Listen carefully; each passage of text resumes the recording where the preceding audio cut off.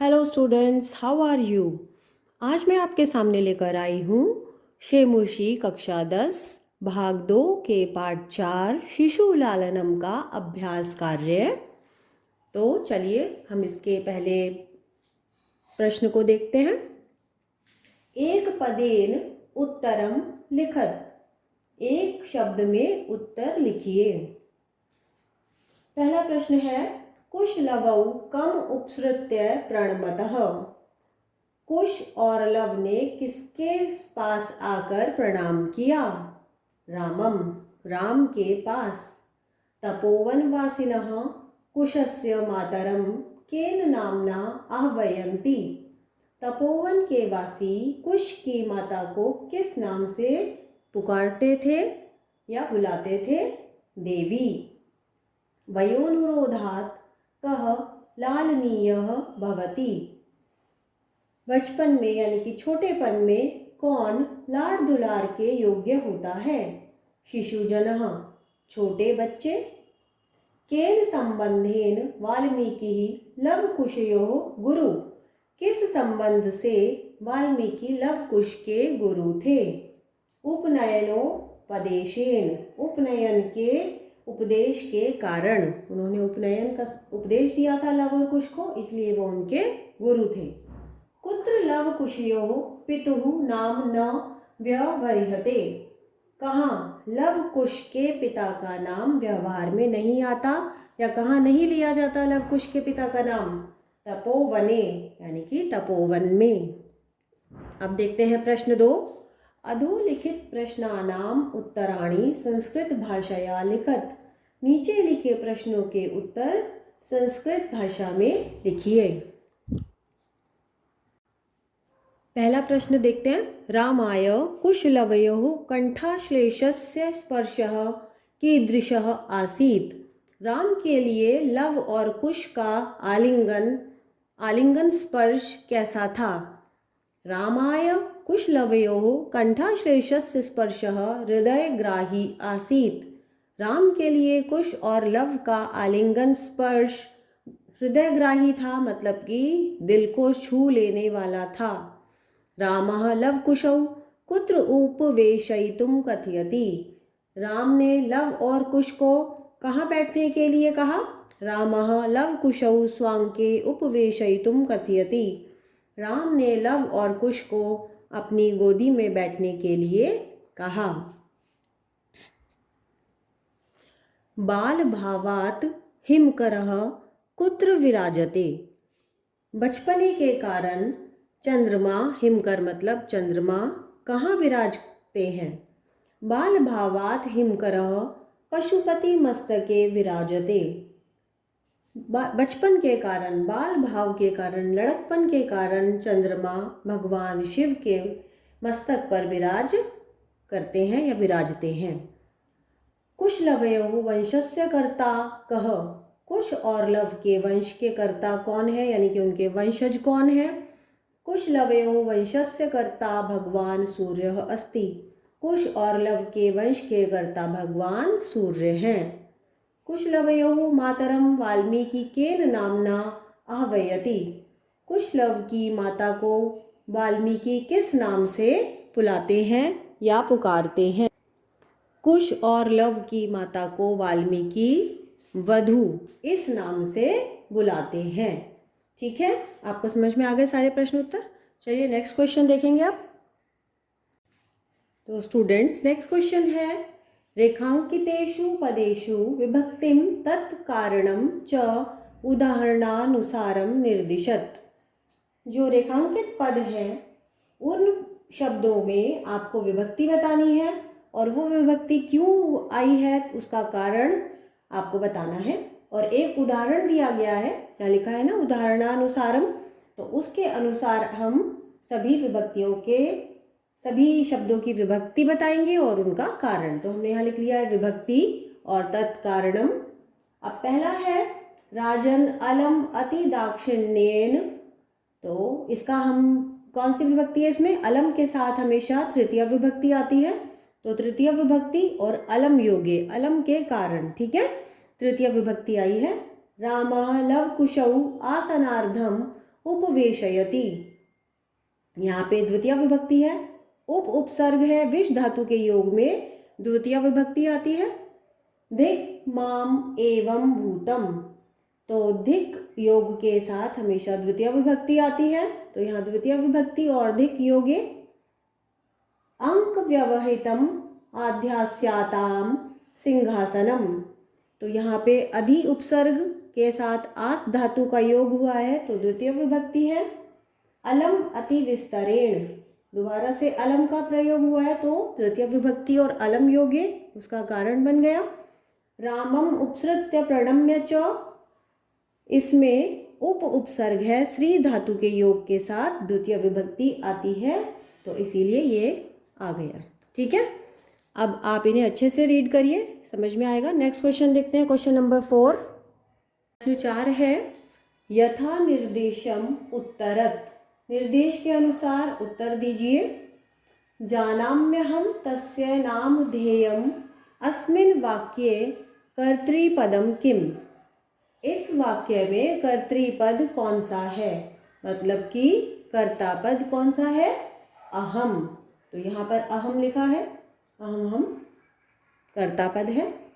किम कुपिता एव भणति उत प्रकृतिस्था अस्मात् वाक्यात् हर्षिता इति पदस्य विपरीतार्थक पदम चित्वा लिखत। किम कुपिता एवं भणति, इसमें हर्षिता पद का कौन सा विपरीतार्थक शब्द है, तो हर्षिता मतलब खुश होना और कुपिता मतलब गुस्सा होना, तो ये इसका विपरीतार्थ है कुपिता। विदूषकः उपसृत्य आज्ञापयतु भवान् अत्र भवान् इति पदम कस्मै प्रयुक्तम, तो आज्ञापयतु भवान्, आप आज्ञा दीजिए, विदूषक कहता है, तो इस वाक्य में भवान शब्द किसके लिए प्रयोग हुआ है, रामाय, यानी कि वो राम से बोल रहा है, तो राम के लिए।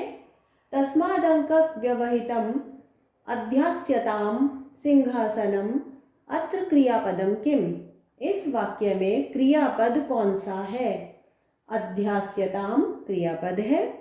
वयसस्तु न किंचिदनंतरम अत्र आयुषः इत्यर्थे किम पदम प्रयुक्तम, इस वाक्य में आयुष जो ये ऐसा अर्थ है किस शब्द के लिए प्रयोग हुआ है, वयसः। ठीक है, समझ में आ गया आपको अच्छे से।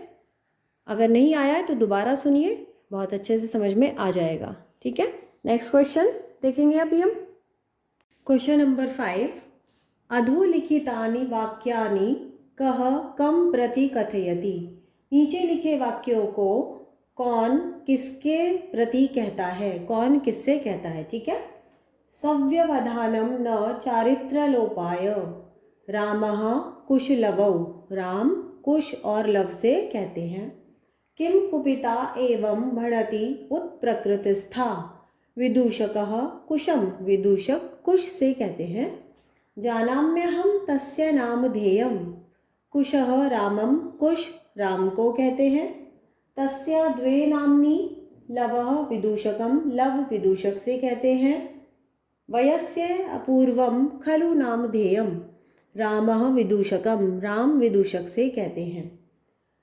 6th प्रश्न, पंजुषातः पर्याय द्वयम चित्वा पदानाम समक्षम लिखत, ये जो हमें कोष्ठक दिया गया है इसमें जितने भी शब्द लिखे हैं उनको नीचे लिखे शब्दों के आगे लिखना है। हमें देखना है कि कौन किसके पर्यायवाची हैं, सभी के 2-2 पर्यायवाची दिए गए हैं इस ब्रैकेट में। ठीक है, तो हमें नीचे लिखने हैं। तो पहला है हिमकरः शशिः निशाकरः, हम यहाँ से ढूंढ लेंगे। हिमकरः मतलब चंद्रमा, उसके शशि और निशाकर होते हैं। संप्रति, इदानीम, अधुना, संप्रति का मतलब होता है अब, इदानीम और अधुना का मतलब भी यही होता है, ऊपर यहाँ से हम ढूंढ के इन्हें यहाँ लिख देंगे। समुदाचारः यानी कि अच्छे विचार, शिष्टाचारः सदाचारः जो अच्छा पालन करते हैं, अच्छी आदतें रखते हैं। पशुपति यानी कि शिव भगवान, तो शिवः और चंद्रशेखरः। तनयः माने बेटा यानी कि पुत्रः सुतः। सहस्रदीधति माने सूर्य यानी कि भानु और सूर्य है। ठीक है, तो ये सब इसके पर्यायवाची हैं, इन्हें सुनिए बार बार। नेक्स्ट क्वेश्चन, प्रश्न देखेंगे 6 का। विशेषण विशेष्य पदानि योजयत। यहाँ पर विशेषण पद बताने हैं हमें और विशेष्य पद बताने हैं। ठीक है, तो उनको हमें योजना के अनुसार मैचिंग करनी है। श्लाघ्या कथा, यानी कि श्लाघ्या कथा को मैच करेंगे क्योंकि बहुत सुंदर कथा। उदात्तरम्य समुदाचारः, यानी कि बहुत ही सुंदर शिष्टाचार या फिर बहुत ही सुंदर आदतें। अति दीर्घः प्रवासः, बहुत लंबा प्रवास। समरूपः कुटुंब वृत्तान्तः, एक जैसा कुटुंब का वृत्तांत, यानी कि कुटुंब का की जो हमने बात बताई है वो एक जैसी है। हृदयग्राही स्पर्शः, दिल को छू लेने वाला स्पर्श। कुमारयोः कुशलवयोः, यानी कि कुमार कौन थे, कुश और लव, उनसे हम मुझे मैच कर देंगे। अब देखते हैं प्रश्न 7 पाठ। अधोलिखित पदेषु संधिम कुरुत। नीचे लिखे शब्दों का संधि हमें जोड़नी है, उन्हें जोड़ना है, संधि करनी है। द्वयो प्लस अपि इज इक्वल टू द्वयोरपि, विसर्ग संधि है इसमें। द्वौ जमा अपि द्वावपि, यानी कि अयादि संधि है यहाँ। कह जमा अत्र कोत्र, यानी कि यहाँ पर भी विसर्ग संधि है। अनभिज्ञः प्लस अहम अनभिज्ञोहम, यहाँ भी विसर्ग संधि है। इति आत्मानम इत्यात्मानम, यण संधि है यहाँ पर। बाकी जो मैंने नहीं लिखी है आप उनको समझ जाइए कि वहाँ पे विसर्ग संधि है तीनों में, और बाकी में एक में अयादि और एक में यण संधि। ठीक है, अब हम पाठ देखते हैं लास्ट इस पाठ का। अधोलिखित पदेषु विच्छेदम कुरुत। अब हमें संधि विच्छेद करना है, इनको पार्ट्स में लिखना है। अहम अप्येतयोः, यानी कि अहम प्लस अपि प्लस एतयोः। वयोनुरोधात्, वयः प्लस अनुरोधात्। समान भिजनौ, समान प्लस अभिजनौ।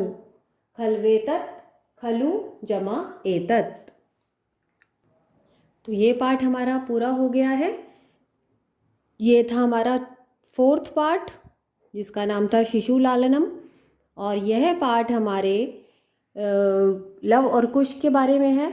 ठीक है, तो आप इसको अच्छे से पढ़ेंगे, शुरू से पूरा वीडियो को देखिए, क्वेश्चंस को लिखिए अपनी नोटबुक में, रफ नोटबुक में लिखिए, स्कूल की नोटबुक में भी आप ये वर्क कर सकते हैं, और पॉज करके आप पूरा काम मेरा देखिए और लिखिए इन्हें। और अगर आपको कोई भी बात नहीं समझ में आती है तो प्लीज़ कमेंट बॉक्स में आप मुझे बताइए, मैं आपको उसका आंसर करूँगी।